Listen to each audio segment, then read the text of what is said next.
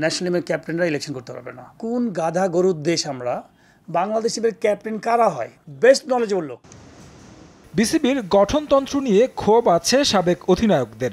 Nazmul Hasan পাপনের board কেড়ে নিয়েছিল সাবেক অধিনায়কদের নির্বাচন করার ক্ষমতা।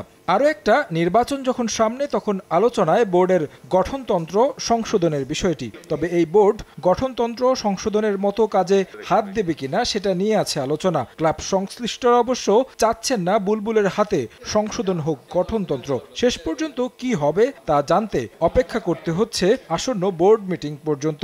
নির্বাচন আর গঠনতন্ত্র সংশোধনকে মূল এজেন্ডা করেই বোর্ড মিটিংয়ে বসছেন পরিচালকরা। আমাদের ইলেকশনের নিয়ে আলাপ হবে। যেই গঠনতন্ত্র আছে আমাদের, সেই গঠনতন্ত্রেই হতে হবে। কারণ আমরা যে অক্টোবরে আমাদের নর্মালি ইলেকশন হয়, যে টাইম ফ্রেম, ওই টাইম ফ্রেমে আমাদের ইলেকশনটা হলে এখন তো আর গঠনতন্ত্র মানে অ্যামেন্ডমেন্ট করার টাইম তো নাই, আমি যতটুকু বুঝি।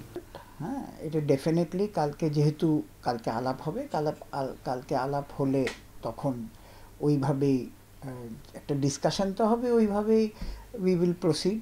দায়িত্ব নেওয়ার পর থেকে দেশের ক্রিকেট উন্নয়নে কাজ করে যাচ্ছেন সভাপতি আমিনুল ইসলাম বুলবুল। মাঠের পাশাপাশি দাপ্তরিক বিষয়েও সমানভাবে গুরুত্ব দিচ্ছেন। সব বিষয়ের জবাবদিহিতা নিশ্চিতে নিয়মিত হচ্ছে বোর্ড মিটিং। এবার কিছুটা ভিন্নতা এসেছে মিটিংয়ে। বরাবর ঢাকায় হলেও এবার হবে ঢাকার বাইরে, মূলত সিলেটে। নেদারল্যান্ডসের বিপক্ষে সিরিজ চলমান থাকায় সেখানে আয়োজনের পরিকল্পনা নিয়েছে বোর্ড। প্রেসিডেন্ট সাহেবের একটা আইডিয়া যে যেহেতু খেলা আছে, সব ডিরেক্টর এখানে গেলে একটা ফেস্টিভ সিচুয়েশনে একটা বোর্ড মিটিং হলো, খেলাও দেখলো, বোর্ড মিটিং হলো। আম্পায়ার্স ডিপার্টমেন্টের কিছু ইস্যু, ফাইন্যান্সের ইস্যু, ক্রিকেট অপারেশনস ইস্যু, সব নিয়েই একটা আলাপ হবে। তো ফাইনাল রিপোর্ট দেয়নি এখন, প্রাথমিক রিপোর্ট দিয়েছে। ফাইনাল রিপোর্টটা দিবে, যেটা আমি শুনেছি 15 তারিখে। But this issue we are all very serious about it.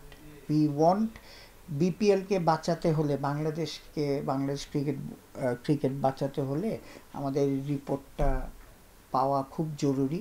আলোচনা হওয়ার কথা আছে আম্পায়ারদের মান উন্নয়নে ট্রেনিং প্রোগ্রামের জন্য আইসিসিতে কাজ করা সাইমন টাফেলের নিয়োগ দেওয়ার বিষয়টিও।